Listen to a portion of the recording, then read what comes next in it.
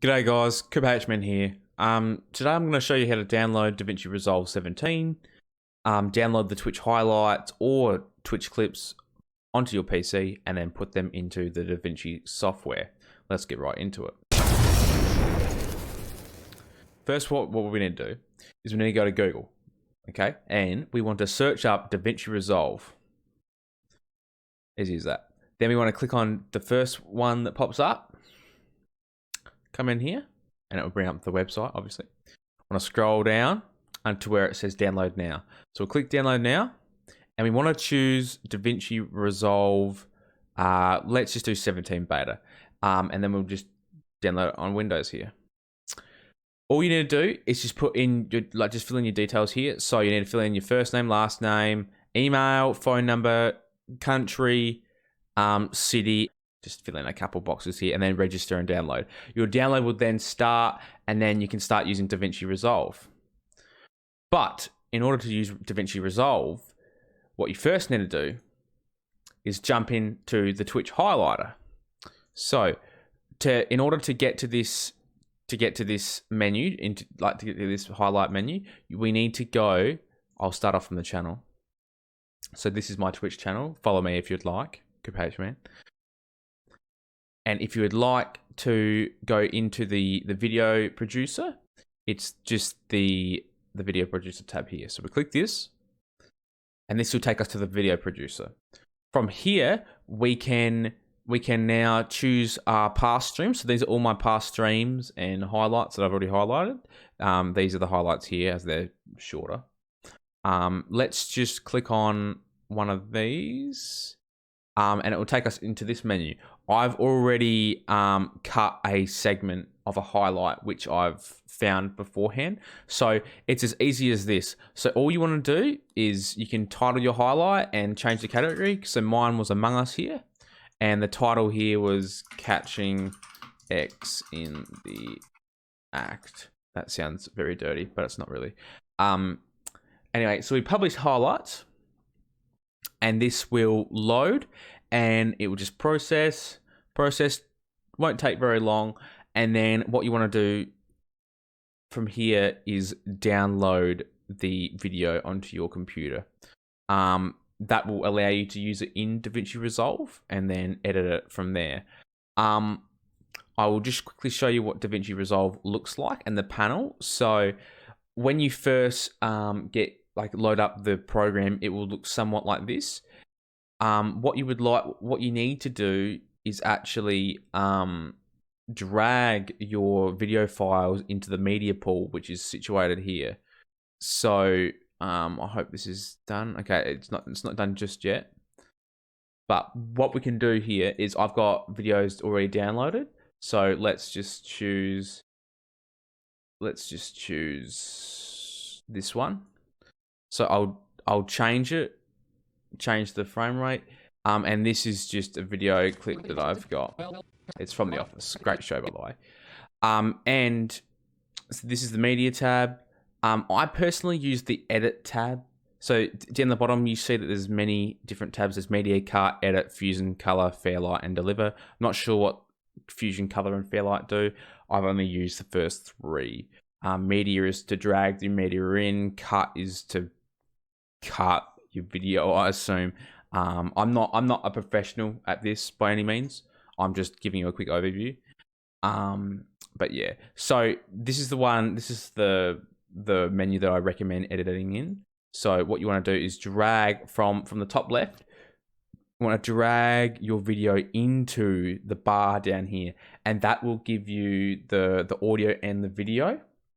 And from here you can make changes with the editing tools you have available, such as the snipper. So this blade allows you to cut, and then if you click the multi-tool again, it allows you to move around and position it again. Just things like that. I would recommend looking at more complicated tutorials on YouTube and just getting your head around what to do on there a bit more. I honestly learned a lot of this myself. It's not very hard. If I can do it, you guys can do it. But yeah, it's as easy as that. Seriously. Obviously Control Z is undo if you want to undo what you've done. But yeah, it's not very it's not very hard. You guys get the hang of it. Just play around with a bit. Just see how you go, I guess. Now the next part is actually getting your finished video or edit from the software onto your desired platform. So today, I've been asked to move it to TikTok, for example. So what we want to do is we want to go to the Deliver tab down at the bottom right here. I'm sorry if my face cam here blocks it out, but I should actually no, it doesn't. It should be fine. So what you want to do is call it whatever you want. So this is the office, for example. The location you want to save it to, I just save mine to downloads because it's easy. Just browse there.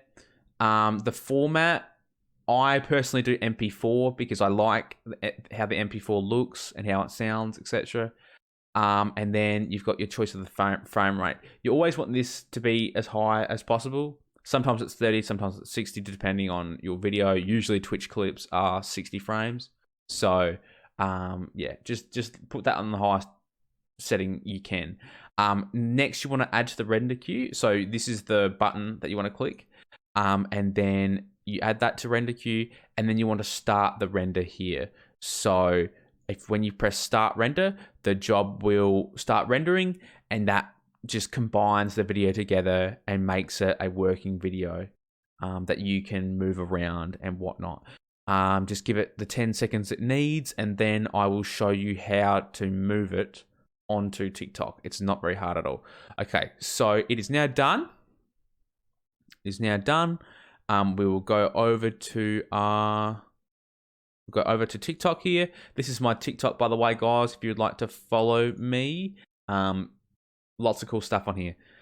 Anyway, what we want to do on our profile is actually go to the top right and click upload video.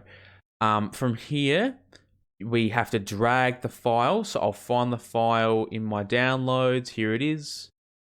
I drag it from the downloads folder into here, as you can see, and it's just now it's just uploading. And then here is your caption. So you can title it whatever you want. So the office, exclamation mark, and then more importantly, you want to put hashtags onto your video to make it more discoverable. Okay, so hashtag the office. Importantly, you want it to look red. If you hashtag it and say funny, but you don't put the hashtag and don't make the word red, it won't actually be discoverable on TikTok. So you need to make sure that it's actually a red wording. What I also do is I always do a backspace before every hashtag, because that actually gives you one more character. And the more hashtags you put in, the more chance your TikTok has at being discovered by more people. So it's always good to do that and just save on characters just so you can make it more discoverable, because that's what everybody wants. Obviously you have the 3 options here. So you have who can view this video, public, friends, or private. If you're like me and want as many people as possible to see the video, you want to set it to public.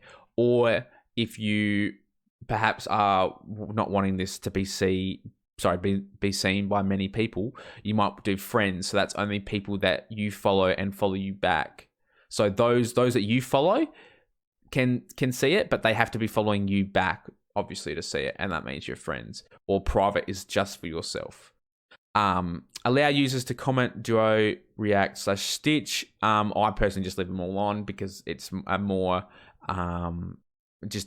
engaging tool that your viewers can use to engage with your content.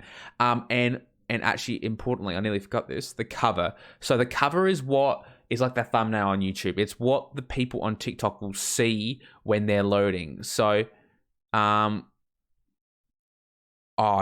for this video, if I was to make this into a content, you might want to have Michael Scott as the main character, because people know Michael Scott. So yeah. Anyway, guys, that's enough from me. I hope this video has helped you out at all. If you want to check me out on Twitch or any of my socials, they're just CooperHMan.